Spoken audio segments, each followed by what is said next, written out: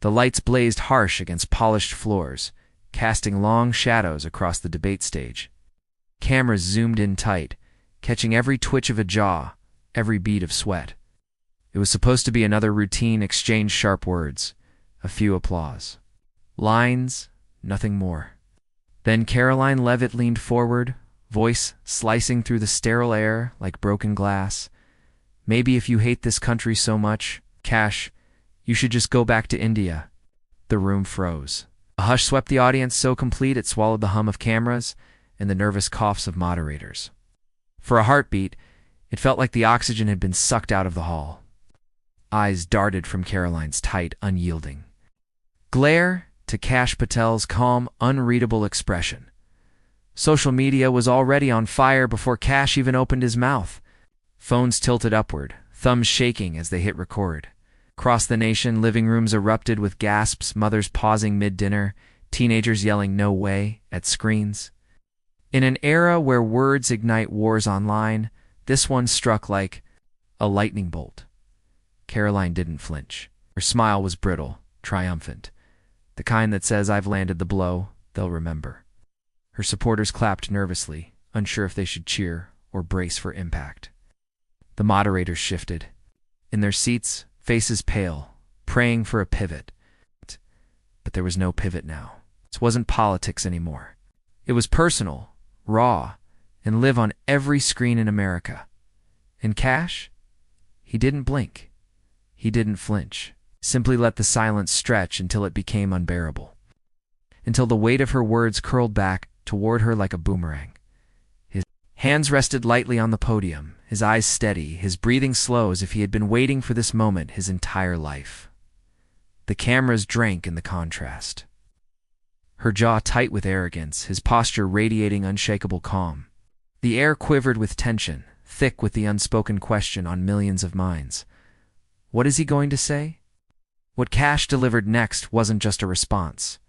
It was a reckoning, a line that would ricochet through news cycles, ignite hashtags, and rewrite the very terms of the debate. But what came next left every American frozen in disbelief. Asterisk, nobody watching that night knew the storm brewing behind that podium. On its surface, it was just another heated debate on CNN showdown between political heavyweights, sparring over policy. But beneath the sterile lights and polished scripts, the moment carried a weight that could tip the balance of how America saw itself in 2025. Caroline Leavitt wasn't just a former Trump press secretary. She was the face of a movement that prided itself on bluntness, on telling it like it is, even when it meant trampling civility. Her rise had been meteoric, a young conservative star whose every insult became a headline, every takedown, a viral clip. To her supporters, she was fearless. To her critics, she was reckless. But tonight, on that stage, she wasn't just debating policy. She was sending a message about who belongs and who doesn't. Across from her stood Kash Patel, an Indian-American attorney and former national security official, now nominated for one of the most sensitive posts in government. His career had been a quiet storm of competence, loyalty, and resilience. He had served when others fled, advised when others fumbled, but for many Americans he wasn't just a nominee. He was a symbol, a walking contradiction to the idea that patriotism is tied to birthplace or skin color. This clash wasn't accidental. It had been building for months, through sound bites and snide comments, through whispered questions about real Americans and who gets to claim that identity. And now, under the glare of cameras, it erupted in a sentence that cut deeper than any policy jab: go back to India. The timing couldn't have been more volatile. America was in the middle of an identity reckoning. Immigration wasn't just a political talking point, it was the battleground for the nation's soul. Communities were fractured, protests filled streets, and trending hashtags turned family dinners into ideological minefields. For millions of first-generation Americans watching that debate, Caroline's words weren't just an attack on Kash. They were an echo of every playground taunt, every job interview rejection, every time someone questioned their right to belong. And yet this moment wasn't only about pain. It was about power: who held it, who challenged it, and who defined the narrative. Kash Patel could have snapped back in anger. He could have matched venom with venom. But those who truly understood him knew he played a longer game. He didn't just want to win the exchange. He wanted to shift the ground beneath it. On social media, clips of the insult looped on endless repeat, racking up millions of views before the debate had even ended.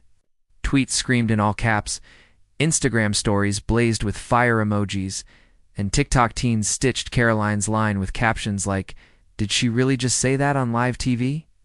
This wasn't a debate anymore. It was a cultural earthquake, shaking the fragile ground of American identity. And as the moderator cleared her throat, fumbling for control, Kash Patel finally raised his eyes to meet Caroline's. Calm, unflinching, almost serene, as if carrying the weight of generations. Behind that steady gaze, what would he say? How would he answer a sentence designed to reduce him to an outsider? Nobody in that room, not the moderators, not Caroline, not even the millions glued to their screens, was ready for the answer. Caroline Leavitt wasn't supposed to be here, not on this stage. Not in this moment, wielding the kind of influence that could make or break a political career. Barely in her early 30s, she had stormed into the national spotlight like a hurricane disguised as a press secretary. To some, she was a prodigy, sharp, relentless, and photogenic enough to dominate cable news screens. To others, she was a warning sign of what happens when ambition outpaces humility. Her rise began in the chaos of a presidency defined by spectacle. While others dodged questions and softened rhetoric, Caroline doubled down. She didn't just defend controversial policies, she glorified them. Spinning narratives so aggressive they bordered on performance art. When asked about immigration raids tearing families apart, she didn't flinch. Instead, she smiled, leaned in, and said, "Law and order isn't optional, it's American." That clip alone earned her a loyal following and an army of critics. Every appearance followed the same pattern: confrontation over compromise, drama over dialogue. She understood something most politicians didn't: conflict wasn't a liability in modern politics. It was currency. And Caroline spent it like a billionaire on a shopping spree. The more outrage she sparked, the higher her profile soared. Each viral clash translated into TV hits, donations, podcast invitations. Outrage was her oxygen, but behind the polished smile and fiery soundbites lay contradictions as glaring as studio lights. She railed against elites while dining at exclusive Manhattan clubs. She blasted woke culture even as her Instagram showcased designer labels and luxury vacations. And the biggest irony? Her own family's story was stitched from the very fabric she now scorched in speeches. Her grandparents, immigrants who fled poverty, had built a life brick by brick. Caroline rarely mentioned that part except when pressed. Then she'd laugh it off, claiming their struggle was different from today's immigrants. As though hardship had expiration dates, colleagues whispered about her behind closed doors. Not about her competence, she had plenty, but about her appetite for chaos. Caroline doesn't just want to win, one former staffer confided to a reporter. She wants a fight. If it's not messy, it's boring. That hunger for spectacle was both her weapon and her weakness. It drew cameras like moths to a flame, but it also made her reckless. Her debate prep reflected that recklessness. Oh well. Others studied policy points. Caroline studied viral moments. What could trend? What could trigger? Her team fed her lines like grenades, hoping one would explode loud enough to dominate news cycles. For months, she had tested the boundaries, interrupting opponents, mocking accents, tossing barbs about real Americans. Each time, backlash came, but so did attention. And in her world, attention was victory. That night on CNN, the stakes were higher than ever. Facing Kash Patel wasn't just another matchup. It was symbolic. The clash between her brand of sharp-edged nationalism and the idea of an inclusive America. She knew the cameras were watching, that donors and pundits were perched on the edge of their seats. She wanted a clip that would own the next 48 hours. Something raw, something unforgivable. And deep down, Caroline believed she could get away with it. After all she had before. Every time critics screamed, her base cheered louder. Every time headlines called her divisive, she turned it into a badge of honor. She mistook outrage for invincibility. That was her fatal miscalculation, because when you live for the fight, you forget one truth. One day the punch you throw comes back, harder, and then, in one sentence, she crossed a line even her allies couldn't defend. Kash Patel's story didn't begin on a debate stage under blinding lights. It began in a small, cramped apartment in Queens, where the hum of subway trains rattled the windows and the smell of spices lingered in the kitchen. His parents had arrived in America with 2 suitcases and a dictionary, chasing the same dream that lured millions. The promise that hard work could carve out dignity in a land that promised fairness. They didn't ask for shortcuts. They asked for a chance. Kash grew up watching them trade sleep for survival. His father drove a taxi through nights so long the city lights blurred into ribbons. His mother stitched together paychecks working double shifts at a pharmacy, her hands raw from scrubbing counters that weren't theirs. And yet they smiled through exhaustion because every mile, every dollar, every drop of sweat wasn't for themselves. It was for their children. For the future where no one would ever look at their son and see less than an American. Kash carried that weight early. He was the kid who stayed after school because homework was a second job. The boy who translated bills and legal papers before he even hit middle school. Classmates had Little League trophies. He had quiet nights at a kitchen table, poring over books while his parents whispered in Gujarati about rent. There were slurs, of course, the playground variety, thrown casually like stones. He learned to swallow them without showing pain, because his parents taught him something vital. Dignity is louder than hate, if you let it speak. That belief became his compass. It guided him through law school when every rejection letter tried to convince him he didn't belong. It pushed him into national security roles, where his loyalty was questioned more than his competence. Time and again, he answered doubt not with rage, but with results. When agencies needed clarity in chaos, Kash delivered. When investigations demanded courage, he stepped forward, not for fame, not for glory, for service, because to him, patriotism wasn't a slogan, it was action. By the time he was tapped for one of the most sensitive posts in government, Kash had walked through fire most people never see. He had navigated politics without selling his soul, a feat rarer than headlines admit. And now, as the cameras locked on his face, the weight of that journey sat quietly in his eyes, a calm forged in storms, a strength sharpened by years of proving again and again. Belonging isn't granted by permission slips from the powerful. This wasn't just another debate for him. It was an echo chamber of every question he'd heard since childhood. Where are you really from? Do you belong here? The insult Caroline hurled wasn't fresh. It was fossilized prejudice, dug up and dressed in primetime lighting. But what? She didn't know what millions would soon learn, is that Kash Patel had mastered the art of turning wounds into weapons. Because the thing about people like Kash, they don't just endure, they alchemize. Every slight, every sneer, every gate, slammed in their face, becomes fuel.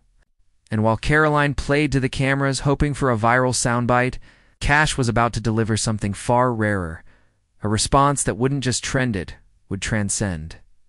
Social media was still buzzing with Caroline's words, the commentators sharpening their takes in real time. The moderators fidgeted, trying to steer the debate back to policy, unaware that history had already veered off script. And there stood Kash, hands steady on the podium, heart pounding like a drumbeat from Queens to Washington, carrying the weight of generations who dreamed of this stage not for applause, but for acknowledgement. He didn't look angry. He didn't need to, because true strength doesn't shout, it waits. It breathes. It measures the moment, then detonates with precision. And as the silence stretched, cameras drinking in every flicker of his expression, one truth settled over the room like a gathering storm. This was no longer Caroline's stage. It was his. Nobody expected the quiet man on stage to deliver a thunderbolt heard across the nation. The air in the studio was brittle now, like glass ready to shatter. The insult still hung there, heavy and metallic, refusing to fade. Caroline leaned back in her chair with the smug ease of someone convinced she'd just scored the knockout punch. Her lips curled into a smirk that cameras caught instantly, an image destined for every headline, every meme. The moderator cleared her throat, desperate to regain order. "Let's stay focused on policy," she urged, voice wobbling like a tightrope. But it was too late. The debate had slipped its leash.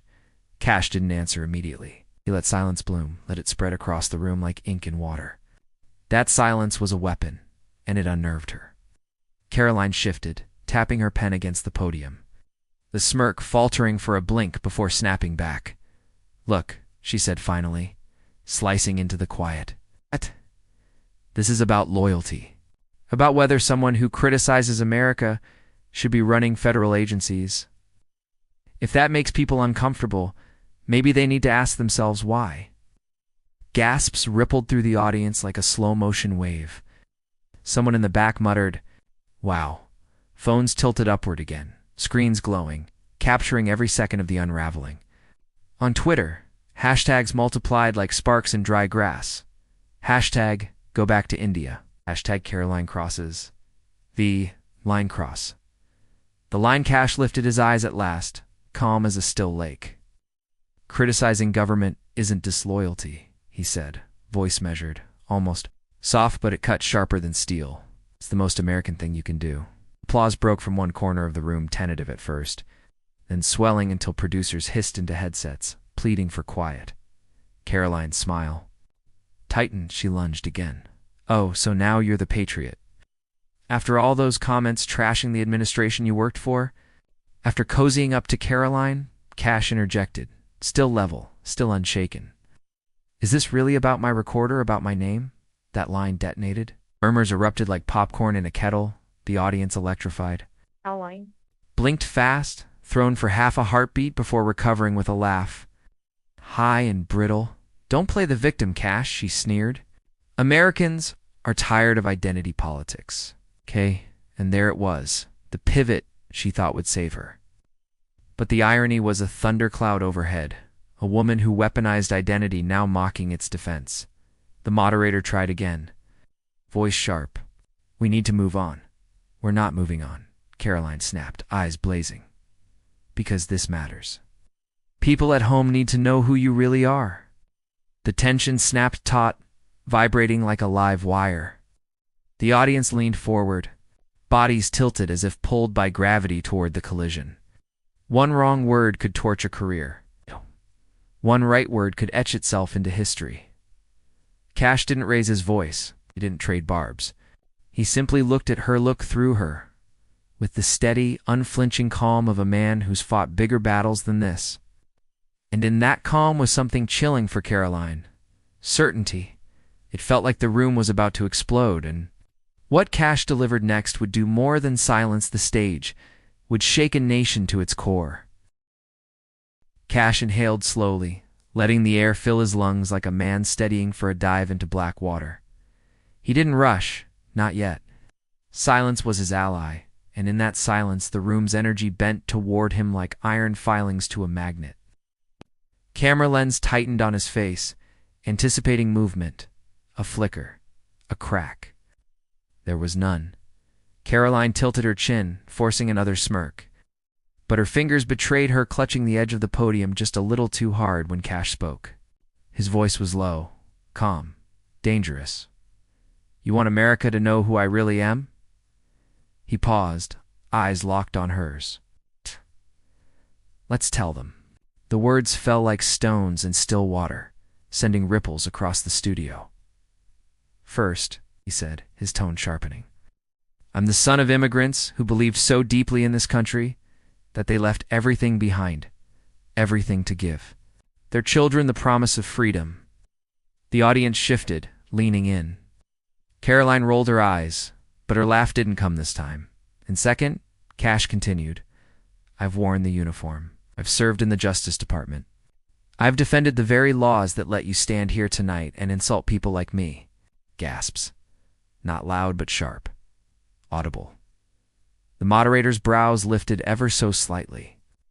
Sensing the axis tilt, Caroline tried to interrupt, but Cash lifted a hand not high. Not rude, just enough. A quiet gesture that somehow froze her mid-word. "You," he said, turning slightly toward the cameras. "Want to talk about loyalty, Caroline? Let's talk about yours." Every phone in the room was up now, live streaming history. Twitter's servers were already groaning. "Your great-grandfather," Cash said slowly, his voice slicing like a scalpel, arrived in this country in 1923. He spoke no English. He had no money. And if immigration policies you cheer for today had existed, then he never would have made it past Ellis Island. The gasp this time was a wave, cresting and breaking. Murmur swept through the audience like wind through dry grass. The moderator's mouth opened, but no sound came. Caroline blinked rapid fire, color draining from her cheeks. "That's irrelevant," she stammered, but her voice cracked, the sound thin as glass. "Is it?" Cash asked, tilting his head just slightly like a teacher waiting for the wrong answer to settle. "Because you stand here, born from that same dream, and tell someone else to go back. You profit from the very grace you now deny." Double quotes. Boom. Applause. Erupted. Thunderous. Uncontainable. The producers flailed behind the glass, but it was useless. The dam had burst. The studio was no longer a debate stage. It was a courtroom, a reckoning. The verdict was roaring from every corner. Caroline tried again, desperation hitching her breath. "This isn't about my family, but..." "It is," Cash cut in, his tone not cruel, but mercilessly true. "It's about the American story. The one that doesn't belong to you or me, but to anyone willing to build, to sacrifice, to believe." The camera zoomed tight on his face now. His eyes burned not with anger, but with conviction, the kind that could ignite a movement. Immigrants built this country, my parents, your parents, millions before them. If you think their children don't belong here, then maybe you've forgotten what being American even means. The applause surged again, drowning the stage in a wall of sound. Viewers at home could feel it through the screen, like static electricity crawling across skin. Caroline stood frozen, her hands limp at her sides, the fight draining from her posture like ink washing down a drain.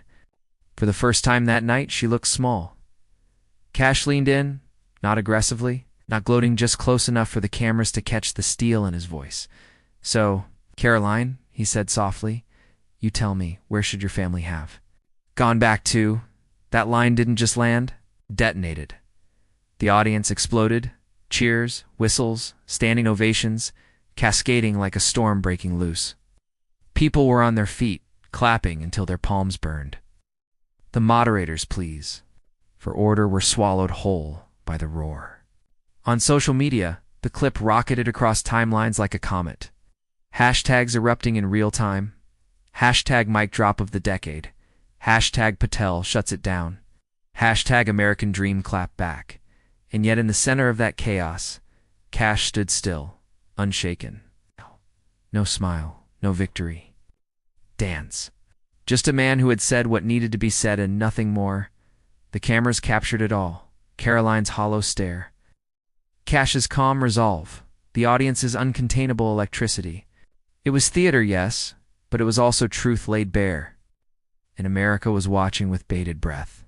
Then, slowly, Cash lowered his gaze, exhaled, and let his hands rest on the podium as if signaling the end of something far bigger. The moderator finally managed to speak, voice trembling. We need to move on to closing statements." But nobody heard her. Not really, because everyone in that room, made millions more at home, knew the debate was over, and when those words landed, history was made in real time. Asterisk the debate. Stage lights hadn't cooled before the internet caught fire. Within minutes, Twitter, Instagram, and TikTok were ablaze with clips of Cash Patel's devastating line. The sentence 7 words of pure precision looped endlessly on screens. "So where should your family have gone back to?" Hashtags ignited like dry brush in a windstorm. Hashtag Patel mic drop. Hashtag American Dream defense. Hashtag debate of the decade. By the next hour, hashtag Patel 225 trended worldwide. The clip hit 10 million views before Caroline even left the building. Memes bloomed like midnight flowers. Cash, photoshopped into Marvel posters. Captain America, the real origin story. Another showed Caroline's face melting in slow motion like a villain in an old action film. Captioned, "When hypocrisy meets history." TikTok creators synced Cash's line to hip-hop beats. turning a political takedown into a cultural anthem. In living rooms and bars, on subway screens and classroom projectors, the moment replayed over and over. People cheered as if reliving a sports miracle. Clips surfaced of strangers in diners clapping at their phones. In a Houston bar, the whole crowd erupted into chants of USA, USA. After someone cast the video on the big screen, cable networks scrambled. CNN, MSNBC, Fox all ran the footage on endless loop, plastering their banners with breathless urgency, the moment that shook Washington. Panels of pundits locked horns under glaring studio lights. On one split screen, a conservative commentator sputtered, "It was a cheap shot, personal, not policy." A progressive strategist shot back, "It was the truth, and America knows it." Late-night hosts pounced, their monologues dripping with sarcasm. Caroline Leavitt told Kash Patel to go back. And Kash just sent her family back to 1923. Ouch. The punchline drew roars from studio audiences coast to coast. Celebrities weighed in, their tweets like gasoline on the fire. An A-list actor wrote, "Finally, someone said it. Respect." A Grammy-winning rapper posted the clip with fire emojis and the caption, "This man just ended racism on live TV." But the shockwaves weren't just digital. On Capitol Hill, whispers turned into tremors. Party operatives huddled behind closed doors, calculating damage. Was Caroline's star power now radioactive? Could Kash ride this tidal wave beyond commentary? Into candidacy. Cable anchors asked the same question with hungry eyes. Is America witnessing the birth of its next political giant? In immigrant communities, the moment hit like a bolt of validation. In Queens, a grocery store owner replayed the clip on his phone, eyes glassy. "That," he said softly, "that is why we came here." In Texas, a high school debate team watched on repeat, their coach wiping a tear as the kids erupted into applause. Meanwhile, the original debate stream shattered records. The comment sections exploded, half admiration, half outrage, all engagement. Every refresh brought thousands of new posts, hot takes, and tribal battle lines. Some hailed Kash as a patriot. Others painted him as a villain who went too far. But nobody, absolutely nobody, was ignoring him. Even Caroline's camp couldn't contain the bleed. Leaked texts hit the press by dawn, staffers scrambling, donors panicking, someone asking bluntly, "Is this survivable?" By morning, her polished confidence from the stage was reduced to damage control talking points on morning shows. Her smile, tight eyes betraying the storm beneath. And through it all, Kash remained silent. No interviews, no gloating tweets, just one post. A photo of his parents' old house, captioned, "Built from nothing. It's the American dream." It racked up 1 million likes in an hour. The nation wasn't just talking, it was choosing sides. Was this a debate? Or a turning point? Nobody could say for sure, but one thing was undeniable. The man Caroline tried to diminish had just rewritten the script not only for himself, but for every immigrant family who ever wondered if they truly belonged. And this was only the beginning. The debate stage lights hadn't cooled before the internet caught fire.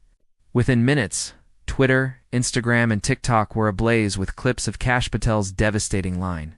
The sentence 7 words of pure precision looped endlessly on screens. "So where should your family have gone back to?" Hashtags ignited like dry brush in a windstorm. Hashtag Patel mic drop. Hashtag American Dream Defense. Hashtag Debate of the Decade.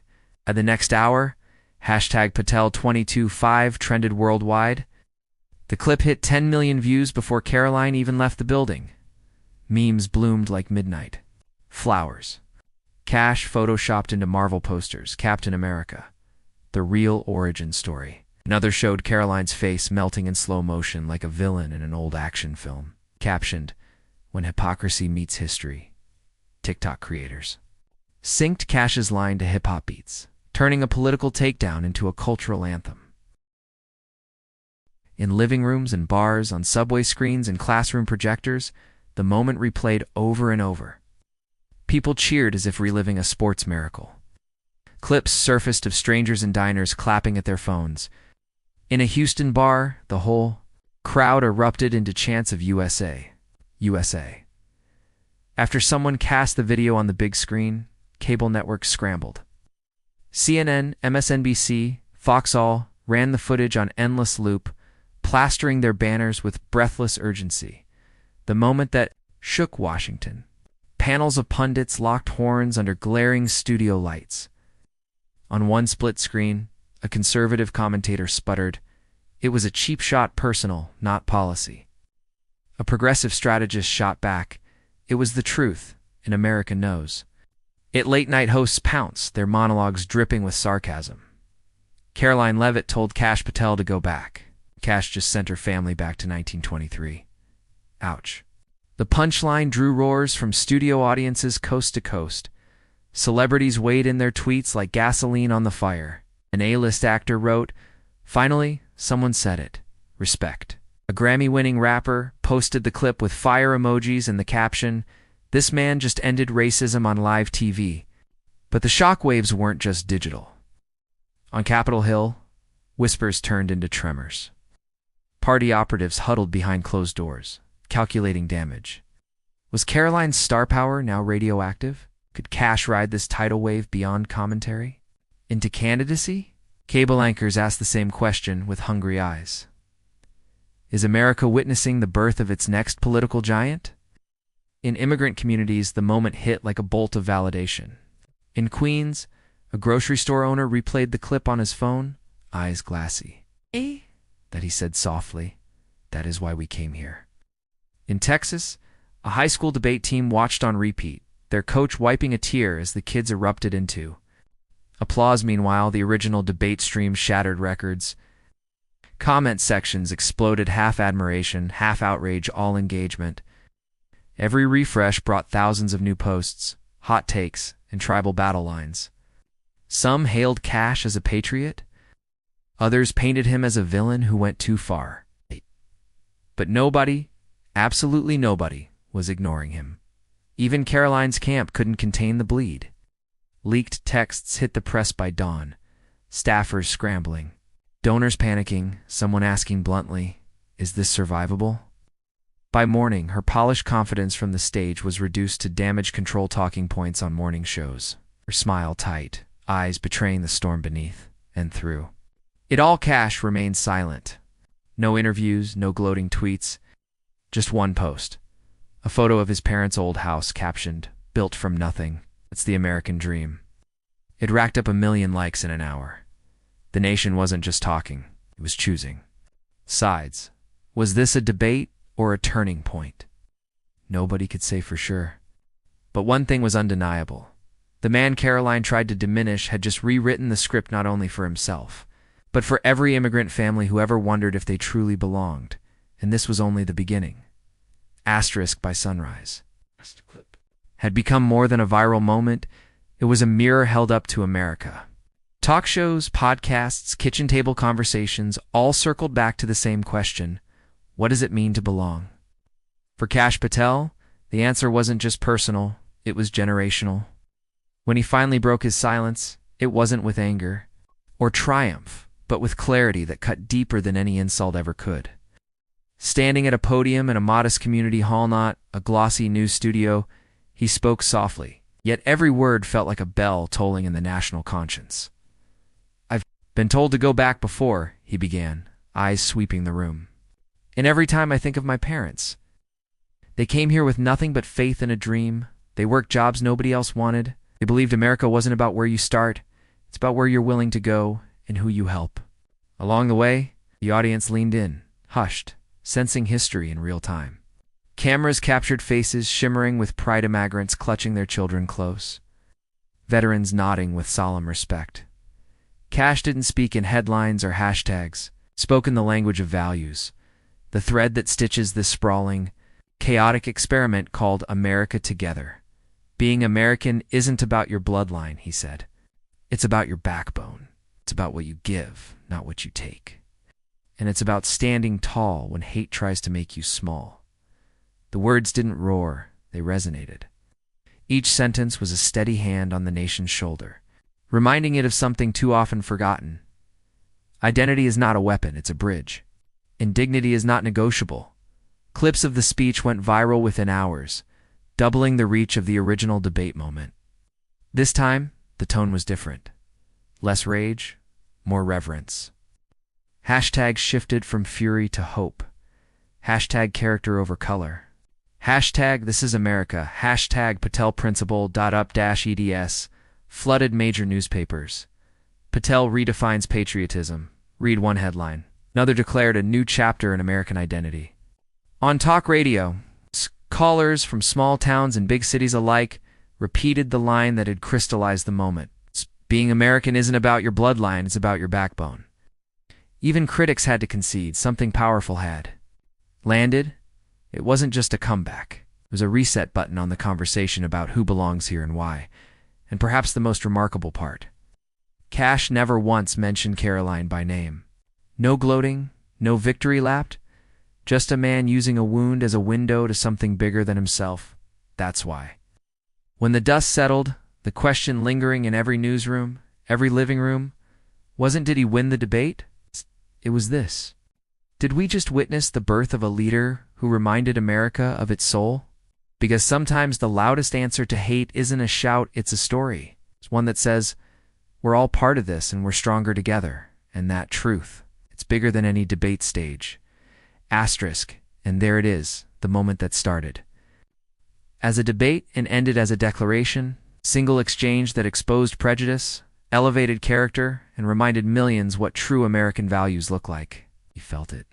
You saw the arrogance crumble and the dignity rise. Now ask yourself, what kind of America do you want to see trending tomorrow? The one that divides us sore, the one that proves we're stronger together. This isn't just a viral clip. A statement. It's proof that courage can outshine hate, and that when someone tries to write you out of the American story, you grab the pen and write it back bolder than ever. If this moment made you proud, don't just scroll. Be part of the movement. Share this video with someone who needs hope right now. Drop a comment. What does being American mean to you? Hit subscribe and join us for more stories that fight division with dignity. Because when the algorithm amplifies hate, your share amplifies hope. And tonight, that hope is trending. This was more than a debate. It was a reminder that the loudest voice in the room isn't always the strongest. Sometimes the strongest voice is the one that speaks for all of us. If you believe dignity beats hate, hit that share button now. Let the world know. Character still matters. And America is still worth fighting for.